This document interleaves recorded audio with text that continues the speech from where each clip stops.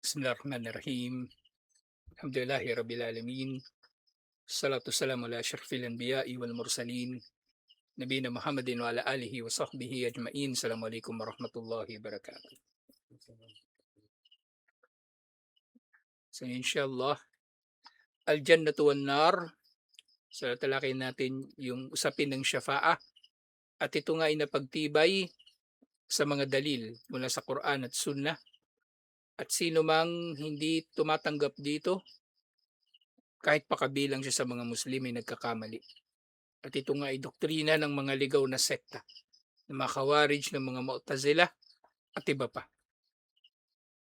Ngayon sumunod na usapin, akhiru man yadkhulul jannata. So natalakay na natin yung ilang mga usapin na may kinalaman dito. Lalo na yung mga dadaan muna sa impyerno. So ito yung mga huling papasok sa paraiso. So naulit dito, hindi ko alam bakit pinaghiwalay pa ni Sheikh Rahimahullah. Pero narito yung mga karagdagang detalye. Alhamdulillah. Sing akhiru man yadkhulul jannata, ang kahuli-hulihan na papasok sa paraiso. Doon sa isang hadith. Binanggit ni Propeta Muhammad sallallahu alaihi wasallam yung qissatu akhir rajulin yakhruju minan nari wa yadkhulul jannata. Yung kwento tungkol sa kahuli-hulihang tao na ilalabas mula sa impyerno at papasok sa paraiso. So itong huling tao na papasok sa paraiso, ibig sabihin sila rin ito na mga dadaan muna sa impyerno dahil sa kanilang mga kasalanan na hindi nila naihingi ng tauba kay Allah habang sila ay nabubuhay pa. At hindi pinatawad nga ni Allah. Pagdurusahan nila sa impyerno ng ilang panahon. Wa majara min hiwari bainihi wa baina rabbihi. So, tinutukoy daw dito ay naging pag-uusap niya at ang pag-uusap pag-usap niya kay Allah. Wa ma atahu Allahu min al-karamati al-adima allati lam yusaddaq anna Allah akramahu biha li edmeha. Ito nga ay napakatinding pagpaparangal sa kanya ni Allah. Siya ay kinausap ni Allah ng ganitong pakikipag-usap. Iniulat ito ni Ibn Mas'ud radhiyallahu anhu at naitala ito ni na Imam al-Bukhari at iba pang mga tagapag-ulat ng hadith.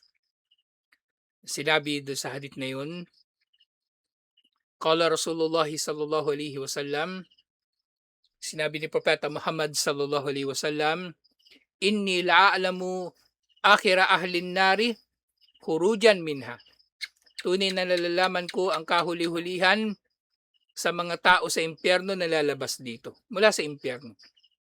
Wa akhiru ahlil jannati dukhulan al-jannah.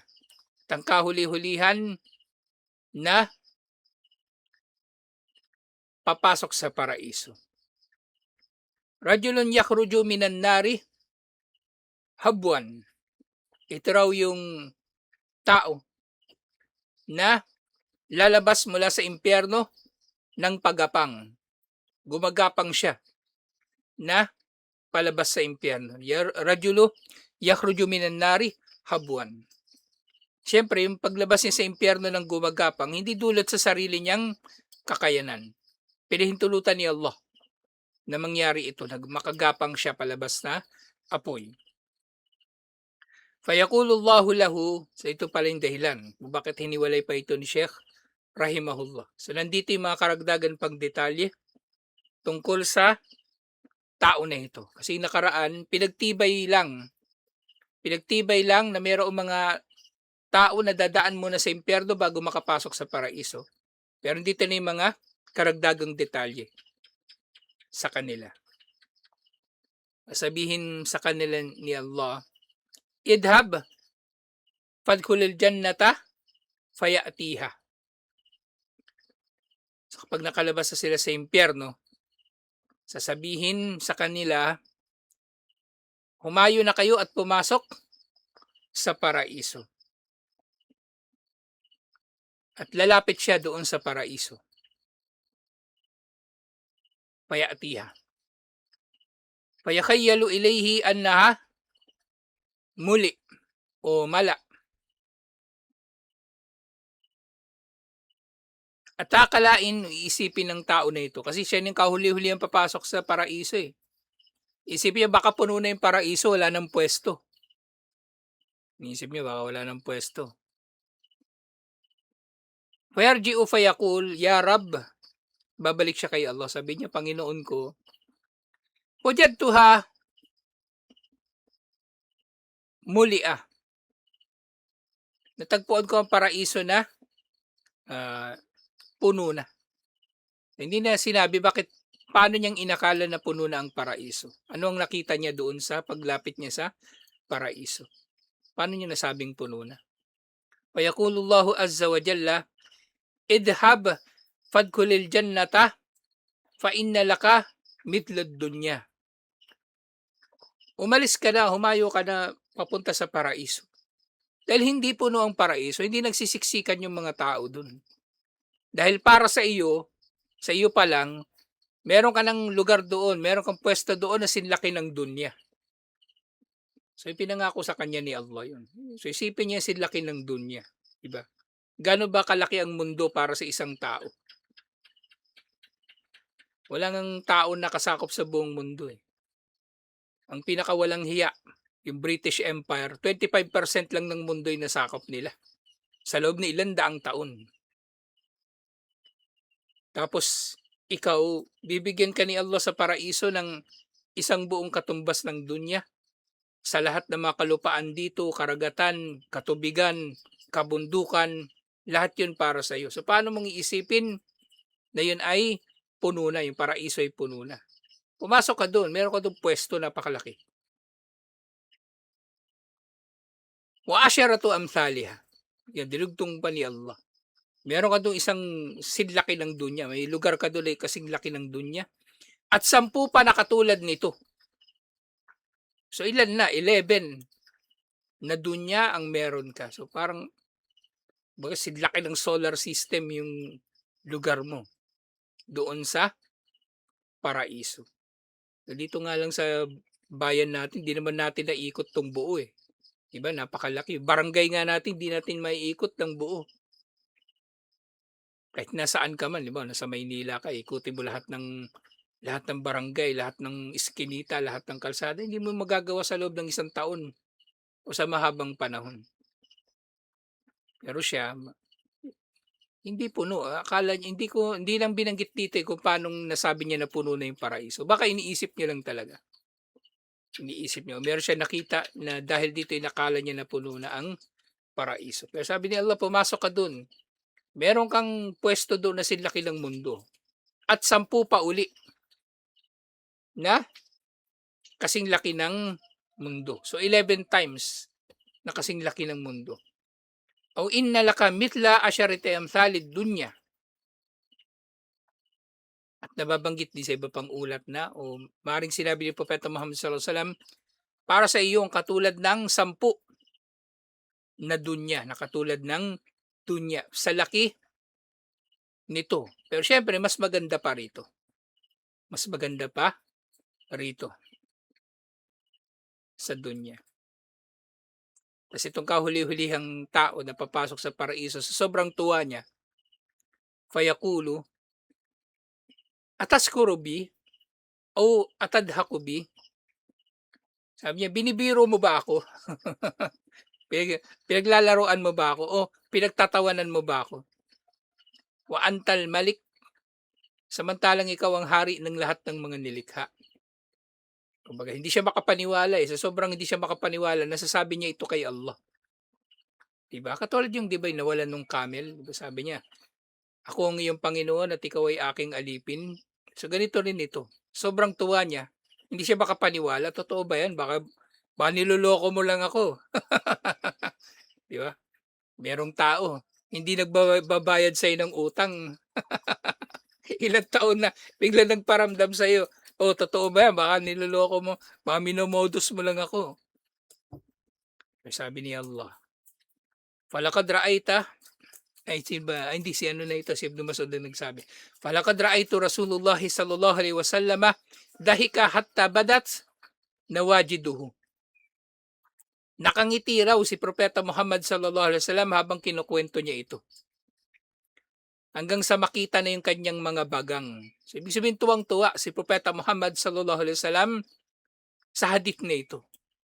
Na yung tao na yun, nakahuli-huli ang papasok sa paraiso, tuwang-tuwa din sa kanyang mararanasan. Tuwang-tuwa rin sa kanyang mararanasan. Kaya sinasabi ni Propeta Muhammad sallallahu alaihi wasallam, "Dalika adna ahlul jannati manzilatan." Yun na raw ang pinaka mababang kalagayan ng tao sa paraiso. Biro may 11 na dunya meron ka. Tapos yun pa yung pinakamababa. Kung ilang antas meron yung paraiso, paano pa kaya yung pinakamataas, di ba? Yung kay Propeta Muhammad sallallahu alaihi wasallam. Dito pa lang masaya ka na di ba? 11 na dunya. Gagalugarin mo yung buong teritoryo mo, ilang milyong taon mo yung gagalugarin, di ba? Naglalakad-lakad ka doon sa paraiso. Bawat makita mo doon maganda. Yung isang bulaklak doon, baka tititigan mo yun ilang oras. Aamoy-amoyin mo ilang oras. Tapos kapag meron kang makitang puno, sisilong ka sa lilim nun. Ilang taon. Tatawirin mo yung lilim ng puno, ilang taon. Napakalaking biyaya ni Allah. Napakalaking biyaya ni Allah. Ay niulat din pala ito ni Imam Muslim, itong hadith na ito. Yun nga sa kanyang ulat. Naiulat din, Qala Rasulullah sallallahu alaihi wasallam, "Inni la'arifu akhira ahlin nari khurujan minan nar." Tunay na nakikilala ko ang kahuli-hulihang tao na lalabas mula sa impyerno. Rajulun yakhruju minha zahfan. Ito raw ay isang lalaki na lalabas mula sa impyerno na kumbaga pagewang-gewang siya Hindi siya nakapaglakad ng diretso. So maaring dahil sa iniinda pa rin ng katawan niya yung pinsala ng impyerno. Okay, bago lang siya, di ba yung tao mauuling sa impyerno. Tapos bubuhayin silang muli, tapos tutubo sila na parang halaman. So hindi pa buo yung kanyang lakas upang makapaglakad ng diretso. Fayuqalu lahu, sasabihin sa kanya, "Intalik fadkhulil jannata." Humayo ka na, umalis ka na at pumunta ka sa paraiso, pumasok ka rito. Nababanggit sa ulat, fayadhabu fayadkhulul jannata. Pupunta nga siya sa paraiso at papasok dito. Fayajidun nasa qad akhadu al manazil. Ito pala yung dahilan kung bakit inaakala niya na puno na yung paraiso. Nakita niya daw yung mga tao na nandun sa kanilang mga lugar. Nakita niyo yung mga tao na nandun sa kanilang mga lugar. So maring hindi niya naman nakita yung mga tao na nagsisiksikan, pero meron siya nakitang tao dito, may nakita siyang tao doon. Sinisip niya, puno na ang paraiso. Fayaqalu lahu, atadhkuru az-zamanu alladhi kunta fihi? Naalala mo ba ang panahon na lumipas sa iyo? Nga, tatanungin siya ni Allah, naalala mo ba yung nakalipas na nangyari sa iyong buhay? Tatanungin siya ni Allah na, kumbaga, gusto ni Allah na maalala niya yung kanyang nakalipas para ipakita sa kanya kung ano yung naghihintay sa kanya na kainaman. Fayaqulu na'am, sasabihin niya oo. Fayaqala lahu, tamanna. Fayatamanna. Sasabi niya, humiling ka. At hihiling siya. At humiling nga siya kay Allah. At sabihin sa kanya, lakal ladhi tamannaita. Sige, ibibigay sa iyong hiniling. Wa ashartu ad afad dunya. Yung hiniling mo, kasama dyan, yung 10 pang doble ng dunya. So 10 dunya. Fayaqulu, yung hiniling niya dito, sabi ng mga scholar, yung makapasok lang siya sa paraiso. Makapasok lang siya sa paraiso. Sige, papasukin ka sa paraiso, siyempre kasama niyan yung 10 dunya. At sasabihin niya, "Taskuru bi wa antal malik." Katulad ng binanggit kanina, pinagtatawanan mo ba ako, binibiro mo ba ako, samantalang ikaw ang hari? Tapos sasabihin, wala na pala, hindi na pala tumutugon dun si Allah. Sa sinabi na ito muli nung nag-ulat, "Walaqad ra'aytu Rasulullah sallallahu alaihi wasallam yadhaku hatta badat nawajidahu." Narinig niya raw o nakita niya si Propeta Muhammad sallallahu alaihi wasallam na nakangiti hanggang sa lumitaw na yung kanyang mga bagang. At ganito rin ang iniulat ni Imam Muslim, alhamdulillah. Napakaganda ng kanyang magiging kalagayan, insyaallah. Gayun din, mula kay Ibn Mas'ud muli, sinabi rin ni Propeta Muhammad sallallahu alaihi wasallam, akhiru man yadkhulul jannata rajulun fa huwa yamshi marratun wa yaqbu fa huwa yamshi marratan wa yaqbu marratan.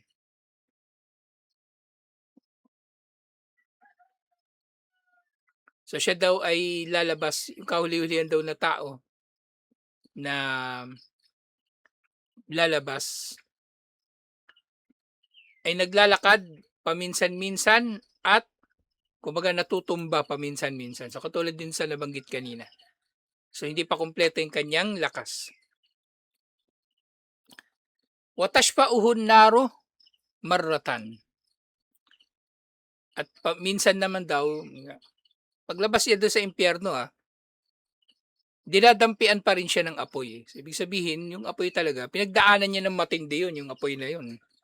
Habang palabas siya. At kahit palabas na siya, meron pa ring apoy na dumadampi sa kanyang katawan. Faida ma jawazaha, iltafata ilayha. At nang nakalabas na raw siya ng impyerno, nilingon niya ang impyerno, lilingunin niya ang impyerno. At sasabihin niya, Tabarakalladhi najjani minki. Liwalhati kay Allah na nagligtas sa akin mula sa iyo. Laqad a'tani Allahu shay'an ma a'tahu ahadan minal awwalina wal akhirin. Sa pinupuri niya si Allah na nagligtas sa kanya mula sa impyerno. Ngayon din si Allah na nagbigay sa kanya ng anumang hindi ibinigay ng sino mang mga tao. Sino mang tao mula sa naunang henerasyon hanggang sa kahuli-hulihang henerasyon. Yung may ligtas siya sa impyerno. At napakalaking biyaya nga nito. At doon sa kanyang paglabas sa impyerno, sabi, faturfa'u lahu syajaratun. Patutubuin para sa kanya ang isang puno doon sa labas ng paraiso. So hindi pa ito yung doon sa labas ng impyerno at labas ng paraiso. Maganda sa pagitan. Pero syempre hindi ito yung purgatorio. Ibang-iba yung purgatorio ng mga Katoliko. Kasi purgatorio ng mga Katoliko, pag kamatay mo, doon ka nakatambay. Kasi para sa kanila, di ba, pag namatay ang tao, pwedeng didiretso na siya sa paraiso o impyerno eh. Pwedeng ganun. Kaya nga yung mga padasal sa burol, yun na yun eh. Pinagdadasal kanila na pumasok ka sa paraiso. Kaya magulo. Magulo yung aral ng mga Kristiyano tungkol sa kabilang buhay. So para sa kanila, pwede ka nang pumasok sa impyerno, paraiso. Tapos magkakaroon na naman muli ng araw ng paghukom. At doon daw maghahatol si Jesus. Magulo, di ba?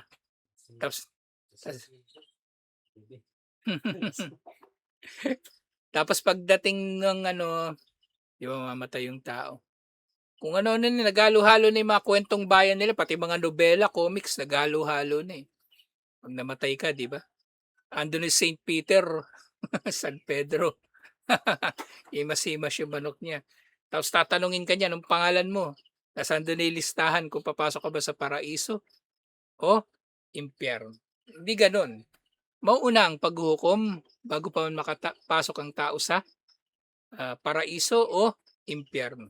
Sabi nga ng ano, tropa daw nila ano, yung mga magsasabong mabilis makapasok sa paraiso kasi tropa nila yung San Pedro. Tropa daw San Pedro ng mga sabungero. Sabi nga ng mga manok. So, nasa pagitan siya nung ano na, yung kumbaga paraiso at impyerno. Ta's may puno na patutubuin para sa kanya. Fayaqulu ya Rab, sasabihin daw ng tao na ito na lumabas sa impyerno, "Panginoon ko, adnini min hadihi syajara, falaastadillu bidilliha, wa ashrabu min ma'iha." Sasabihin niya, "Panginoon ko, pahintulutan mo ako na makalapit diyan sa puno. Puno na yan, nang sa gayon ay makasilong ako sa lilim nito at makainom mula sa tubig nito." At tutugon sa kanya si Allah, "Yabna Adam," sasabihin sa kanya ni Allah, "O anak ni Adan, la'alli in na'taytukaha sa'altani gayraha." O anak ni Adan, baka pag binigay ko sa iyo yan, hihiling ka na naman ng iba. Ang sinasabi sa kanya ni Allah. Kaya natatawa si Propeta Muhammad sallallahu alaihi wasallam doon sa kinukuwento niya nung nakaraan, 'di ba, yung kasi kumbaga si Allah masaya din sa kalagayan ng tao na yun, 'di ba? Tapos yung ganitong pananalita, 'di ba? Kumbaga si Allah na hari ng lahat. Puwede niya naman isnabin 'tong taong 'to, eh. Sino ba 'yan? Ano bang halaga niyan? Makasalanan nga yan kaya dumaan sa impyerno 'yan. Pero si Allah masaya para sa tao na yun. Kaya kinakausap siya ni Allah sa ganitong paraan, eh, parang nakikipagbiruan nga. Sabi ni Allah, "O anak ni Adan, baka 'pag binigay ko sa 'yan hihiling ka na naman ng iba pa." 'Di ba? Parang yung ano lang, eh, sabi ni Allah, "O baka 'pag binigay ko 'yan may iba ka na namang hihilingin." Fayaqulu la, sabi niya, "Hindi, ya Rabbi, hindi na, wala na akong hihilingin, Panginoon ko." Yu'ahiduhu an la yas'aluhu gairaha, an la yas'aluhu gairaha. Tinitiyak niya kay Allah na wala na raw siyang hihilingin na iba pa.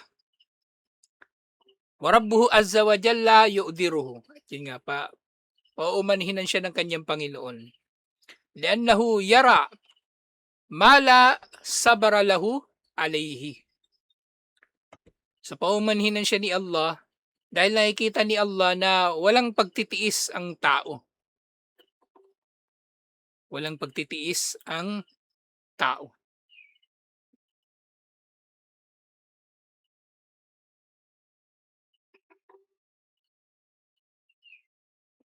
Fayudnihi minha, at ilalapit nga ni Allah itong tao na ito doon sa puno.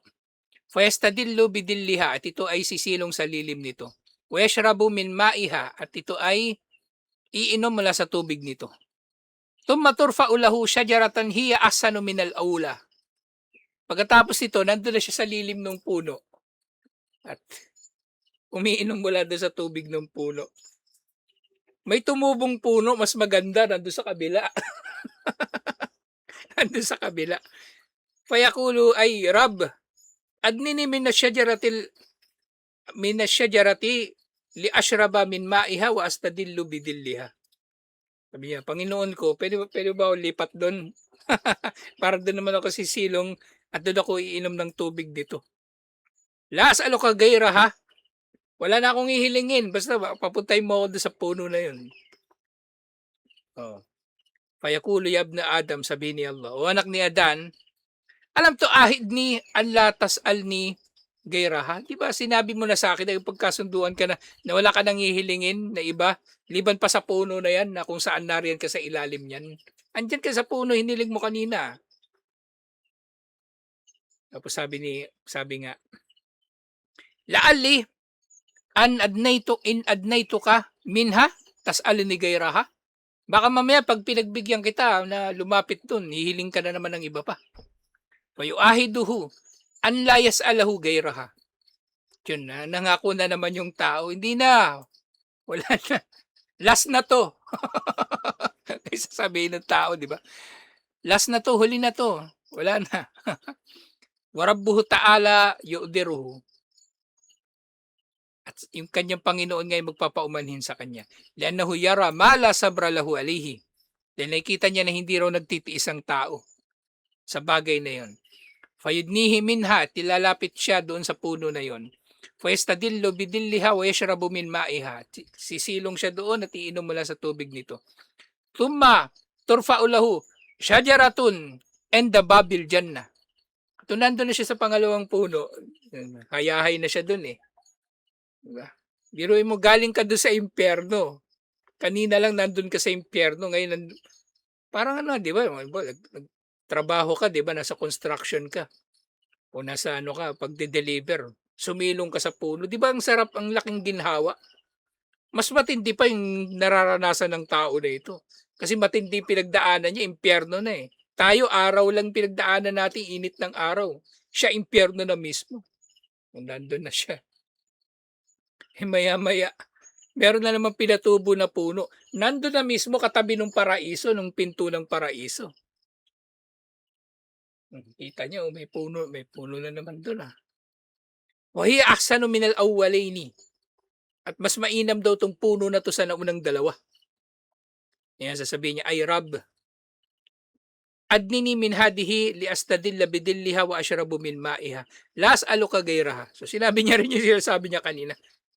Panginoon ko, papuntahin mo na ako doon, oh, para sumilong at uminom doon at hindi na ako hiling ng ano paman. At ganun din, naulit din, paumanhin na siya ni Allah dahil alam ni Allah wala siyang pagtitiis at palalapitin siya rito. Faidadnahu minha sami'a aswata ahlil jannah. At nung nandun na siya sa pangatlong puno, andun yung gate ng paraiso eh. Naririnig niya yung mga tao doon sa loob daw ng paraiso. At sasabihin niya naman, ay Rab, adkil niya. Panginoon ko, pwede ba ako ipasok na lang sa paraiso? Total, dito naman na ako eh. Iba, ikaw naman baka maaaring ano eh. Naisip ko lang ah, kasi kung yung tao nagsasalita, mamaya sasabihin niya, ikaw naman nagdala sa akin dito eh, pwede kaya mo na siguro ipasok dyan sa paraiso. Sabi ni Allah, Yabna Adam, mayasiro ni minka. O, mayasirri ni minka. Ayurdika an autika ad-dunya wa mitlaha ma'aha. Sabi ni Allah doon sa paraiso na tungkol doon sa tao, yung nga narinig yung mga tao doon sa paraiso. Ano bang ibibigay ko sa iyo upang wala ka nang hihilingin na kahit na ano? Malulugod ka ba kung bibigay ko sa iyo sa paraiso yung kasinlaki ng mundo? At isa pang doble nito, so dalawa yung pinangako sa kanya. O, maring infinite na ulit eh, kasi basta sinabi niya lang doble. Hindi na sinabi kung ilang doble. So sabi ng lalaki, hindi na naman siya makapaniwala eh, samantalang siya na may hiling ng hiling kanina. Siya naman yung hiling ng hiling kanina. Sige nga. Sabihin niya, Ya Rab, atastahzi'u minni wa anta rabbul alamin. Pinagtatawanan mo ba ako? Pinagtatawanan mo ba ako o ginagawa mo ba akong katatawanan? Samantalang ikaw ang Panginoon ng mga nilikha. Fadahika Ibnu Mas'ud. At habang kinakwento daw ito ni Ibnu Mas'ud, natatawa siya. Fakala ala tas'aluni mimma adhik. So, gusto ba ninyong malaman kung bakit ako natatawa?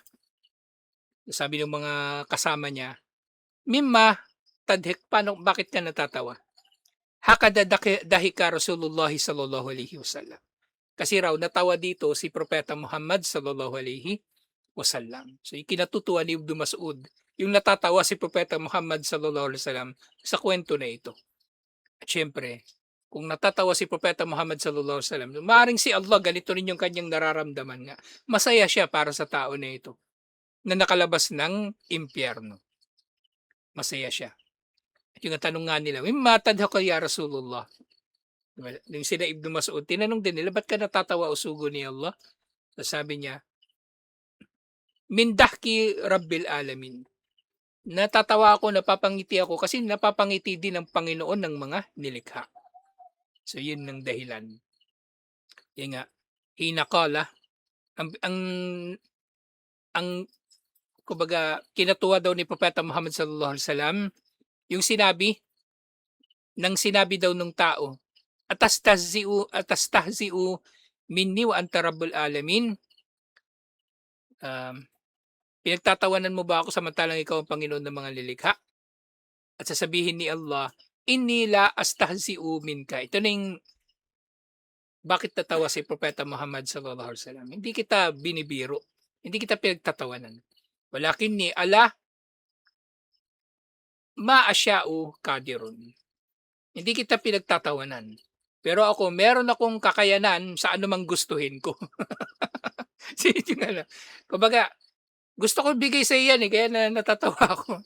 Kumbaga, ang tinatawanan ni Allah, yung sabihin nila yung ano nga, babalik ito sa usapin ng asma wa sifat eh.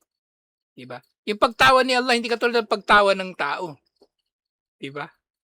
Parang yung gusto sabihin nila dito, hindi kita pinagtatawanan pero gagawin ko ang namang gusto ko.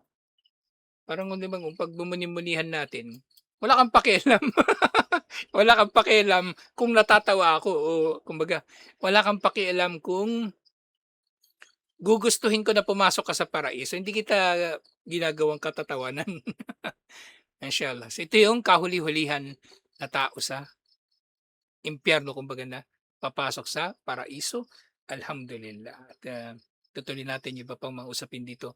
Inshallah. Assalamualaikum warahmatullahi wabarakatuh.